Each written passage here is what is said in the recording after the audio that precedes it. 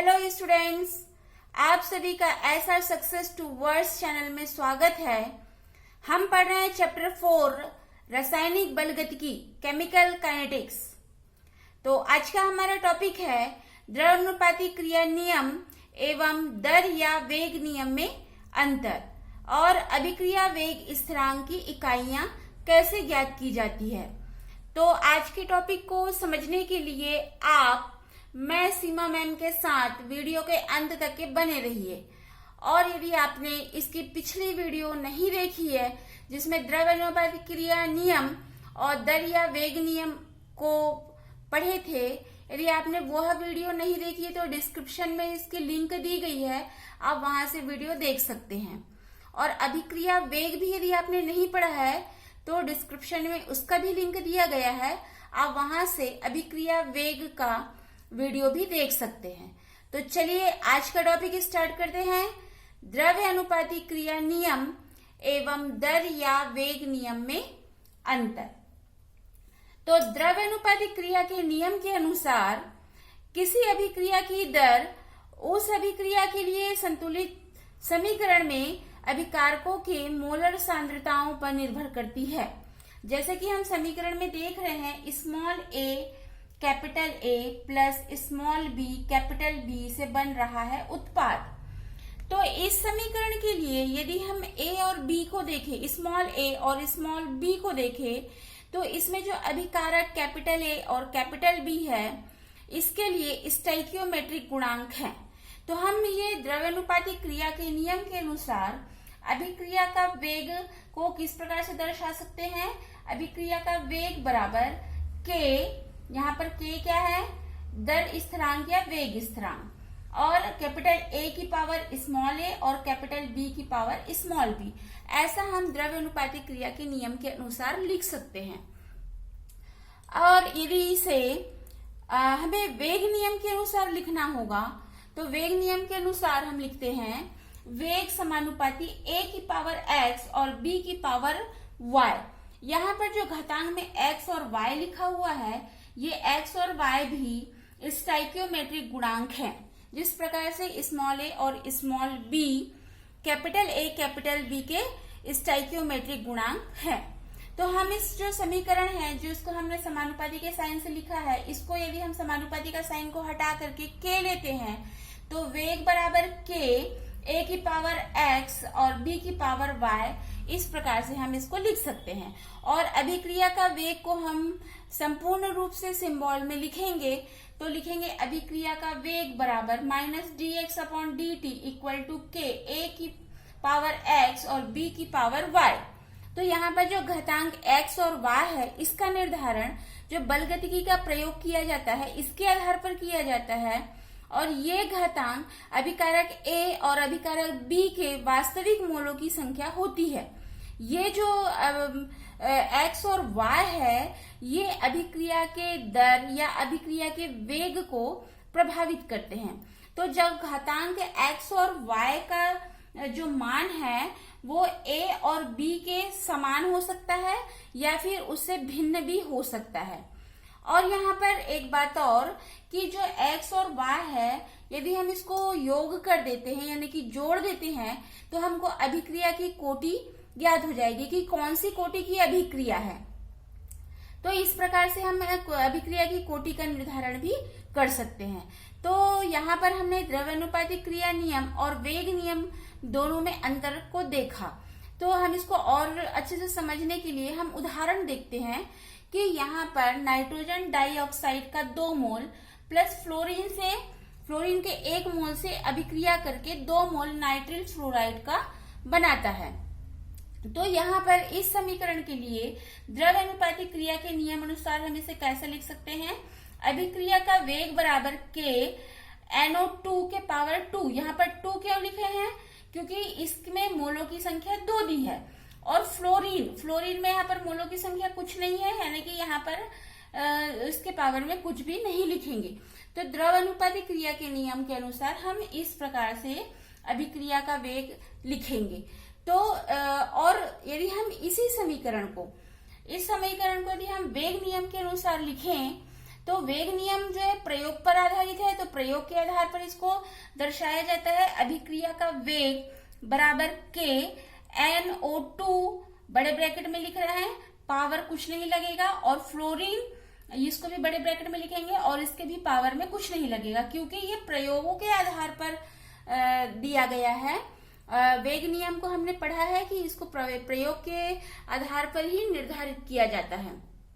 अब इसके पावर कुछ नहीं है, मतलब इनके पावर में 1 है, तो यहाँ पर NO2 के पावर 1 होगी और F2 के पावर 1 होगी, तो दोनों को प्लस कर देंगे तो हमको अभिक्रिया की कोटि क्या हो जाएगी, तो इसकी अभिक्रिया की कोटि हो जाएगी 2, 1 + 1 = 2, तो अभिक्रिया की कोटि = 2।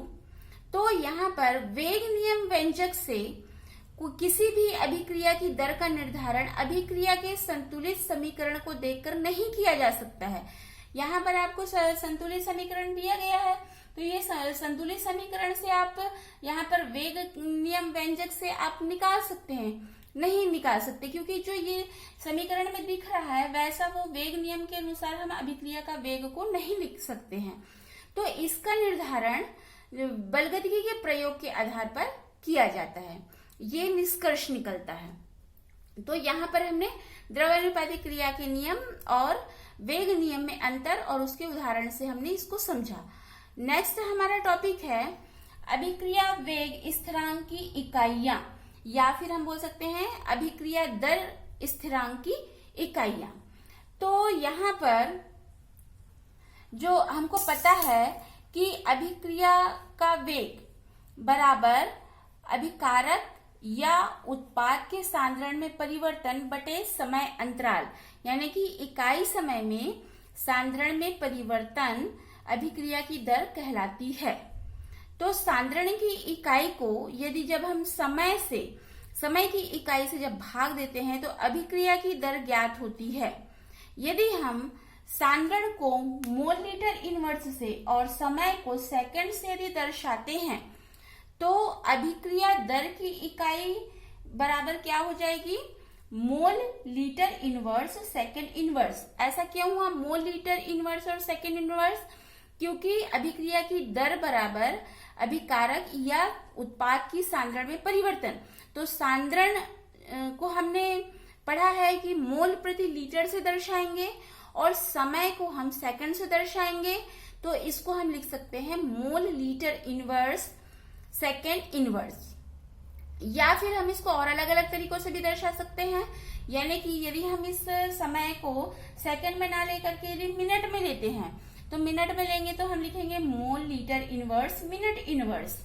यदि सेकंड और मिनट के स्थान पर यदि हम घंटे में लेते हैं तो हम लिखते हैं mole litre inverse hour inverse. और यदि हम सेकंड मिनट और आवर में ना लेकर के यदि हम डे में लेते हैं यानी दिन में लेते हैं तब हम इसको लिखेंगे मोल लीटर इनवर्स डे इनवर्स। तो इस प्रकार से अभिक्रिया की दर को समय हम जिस प्रकार से लेंगे उस प्रकार से इसको अभिक्रिया की दर की इकाई को दर्शा सकते हैं। तो मान लेते हैं कि यहाँ पर जो अभिक्रिया की कोटि अलग अलग होती है, हमने पढ़ा है प्रथम कोटि की अभिक्रिया, द्वितीय कोटि की अभिक्रिया, तृतीय कोटि की अभिक्रिया, शून्य कोटि की अभिक्रिया। तो अभिक्रिया की कोटि अलग अलग होती है, तो इनके दर स्थिरांक की इकाई भी अलग अलग होती है। तो मान लेते हैं कि जो अभिकारक A है, अभिकारक A के मोलर सांद्रण को बड़े ब्रैकेट में A लिख करके यदि दर्शाया जाए तो शून्य कोटि की अभिक्रिया के लिए हम वेग स्थिरांक कैसे ज्ञात करेंगे। तो देखते हैं शून्य कोटि अभिक्रिया के लिए वेग स्थिरांक होगा दर इक्वल टू के A की पावर 0। यहाँ पर 0 क्यों लगा है, क्योंकि यहाँ पर शून्य कोटि की अभिक्रिया को दर्शाया जा रहा है। तो जिस कोटि की अभिक्रिया रहती है उसके पावर में हम वो अंक लिखते हैं, तो ये शून्य कोटि की अभिक्रिया है, या इसलिए यहाँ पर हमने शून्य को दर्शाया है। तो k इक्वल टू हमको k को ज्ञात करना है, क्योंकि k क्या है, वेग स्थिरांक है, दर स्थिरांक।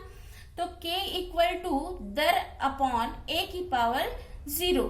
तो यहाँ पर दर हमने ज्ञात कर चुके हैं mole litre inverse second inverse, और A0 का वैल्यू होता है 1। तो यहाँ पर शून्य कोटि की अभिक्रिया के लिए दर इकाई क्या हो जाएगी, मोल लीटर इनवर्स सेकेंड इनवर्स। तो ये शून्य कोटि की अभिक्रिया के लिए दर स्थिरांक ज्ञात किए। इसी प्रकार से हम प्रथम कोटि की अभिक्रिया के लिए दर स्थिरांक ज्ञात कर सकते हैं। तो हम लिखेंगे दर इक्वल टू के ए की पावर 1। यहाँ पर ए की पावर 1 लिखे, यानी कि ये प्रथम कोटि की अभिक्रिया है। तो k इक्वल टू हमको ज्ञात करना है, तो k इक्वल टू दर अपॉन a की पावर 1। तो यहाँ पर a की पावर 1 है और ये अभिक्रिया अभिकारक का मोलर सांद्रण है, तो ये सांद्रता को दर्शा रहा है। तो यहाँ पर दर की इकाई हमको पता है कि मोल लीटर इनवर्स सेकेंड इनवर्स होती है, अपॉन a का सांद्रण है और ये एक बार लिखा हुआ है, तो हम मोल लीटर इनवर्स लिख देंगे। तो यहाँ पर मोल लीटर इनवर्स और मोल लीटर इनवर्स कैंसिल हो जाएगा, तो हमारे पास बचेगा सेकेंड इनवर्स। तो प्रथम कोटि की अभिक्रिया के लिए वेग स्थिरांक या दर स्थिरांक होगा सेकेंड इनवर्स। आगे देखते हैं द्वितीय कोटि अभिक्रिया के लिए वेग स्थिरांक या दर स्थिरांक की इकाई। तो हम कैसे लिखेंगे, दर इक्वल टू के ए की पावर 2। अब चूंकि ये द्वितीय कोटि की अभिक्रिया है, तो द्वितीय कोटि की अभिक्रिया के लिए हम ए की पावर 2 लिखेंगे। तो यहाँ पर हमको के ज्ञात करना है, तो के इक्वल टू दर अपॉन ए की पावर 2। तो हमको यहाँ से पता है कि हम यहाँ पर मोल लीटर इनवर्स ले रहे हैं सांद्रण में, तो यहाँ पर दर भी हमको पता है, हमने यहाँ से लिया है मोल लीटर इनवर्स और सेकेंड इनवर्स। तो यहाँ पर वैल्यू रख देंगे मोल litre inverse second inverse upon mole litre inverse की पावर 2। यहाँ पर ये ध्यान रखेंगे, ये सांद्रण को दिखा रहा है और ये पूरी जो है दर की इकाई को दिखा रहा है, तो यहाँ पर सेकेंड इनवर्स नहीं आता है। तो नहीं तो आप यहाँ पर गलत कर देंगे, यहाँ पर भी सेकेंड इनवर्स नहीं लिखेंगे, क्योंकि ये सांद्रण को केवल दिखा रहा है, जो ए है वो केवल सांद्रण को दिखा रहा है, तो यहाँ पर सेकेंड इनवर्स नहीं है। तो अब इसको हम सॉल्व करेंगे, तो मोल लीटर इनवर्स 2 बार है, तो हम 2 बार लिखेंगे, तो मोल लीटर इनवर्स और मोल लीटर इनवर्स कैंसिल हो जाएगा, तो हमारे पास बचेगा second inverse upon mole litre inverse. तो हम इसको जब एक साथ लिखेंगे सॉल्व करके, तो क्या लिखेंगे, मोल इनवर्स, यहाँ पर ये मोल अपॉन में है इसलिए इनवर्स, और लीटर इनवर्स में है, तो हम यहाँ पर लिखेंगे, इसको अपॉन को हटा रहे इसलिए लीटर और सेकेंड इनवर्स। इस प्रकार से द्वितीय कोटि की अभिक्रिया हो जाएगी mole inverse litre second inverse. तो ये निकला हमारा द्वितीय कोटि की अभिक्रिया के लिए वेग स्थिरांक की इकाई। अगला देखते हैं तृतीय कोटि की अभिक्रिया, तृतीय कोटि अभिक्रिया के लिए वेग स्थिरांक की इकाई। तो यहाँ पर हम लिखेंगे दर इक्वल टू के ए की पावर 3, क्योंकि ये तृतीय कोटि की अभिक्रिया है तो इसकी पावर 3 होगा, तो k इक्वल टू दर अपॉन a की पावर 3। तो यहाँ पर हम लिखेंगे, दर को हमको पता है कि मोल लीटर इनवर्स और सेकेंड इनवर्स, और a जो है सांद्रण है, तो मोल लीटर इनवर्स की पावर 3, यहाँ पर 3 लिखा है तो पावर 3। अब इसको सॉल्व करेंगे, तो हमको क्या मिलेगा, यहाँ पर मोल लीटर इनवर्स 1 और मोल लीटर इनवर्स 1 कैंसिल हो जाएगा, तो हमारे पास नीचे का मोल बचेगा, तो 2 मोल बचेंगे, तो हम यहाँ पर लिखेंगे मोल की पावर -2, और लीटर हमारे पास 2 बचेगा, चूंकि ये इनवर्स में है तो हम इसको लिखेंगे लीटर की पावर 2 या लीटर स्क्वायर, और हमारे पास सेकंड बचेगा ऊपर में, तो सेकंड इनवर्स। तो इस प्रकार से तृतीय कोटि की अभिक्रिया के लिए वेग स्थिरांक की इकाई होगा मोल की पावर -2 लीटर स्क्वायर और सेकंड इनवर्स। यदि हम एनवी कोटि की अभिक्रिया के लिए दर स्थिरांक की इकाई ज्ञात करें, तो हम उसको किस प्रकार से ज्ञात करेंगे, dx upon dt equal to k concentration की पावर n।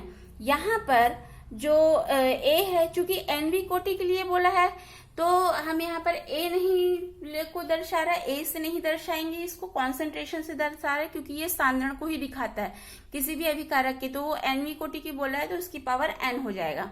और ये dx अपॉन dt क्या है, वो दर को दर्शा रहा है, तो k equal to dx upon dt into 1 upon concentration n। हम इसको इधर ला करके सॉल्व करेंगे, तो हम इसको इस प्रकार से लिखेंगे, dx जो है अभिकारक का सांद्रण या उत्पाद का सांद्रण है, तो यहाँ पर हम सांद्रण में परिवर्तन अभिकारक के सांद्रण में परिवर्तन या उत्पाद के सांद्रण में परिवर्तन है, तो हम यहाँ पर कॉन्सेंट्रेशन लिखेंगे, और dt जो है समय है, तो अपॉन सम टाइम लिखेंगे और इसको सॉल्व करेंगे तो एक कॉन्सेंट्रेशन कैंसिल हो जाएगा, तो हमारे पास बचेगा 1 upon time into 1 upon concentration n-1, क्योंकि यहाँ पर n में से एक कैंसिल हो चुका है।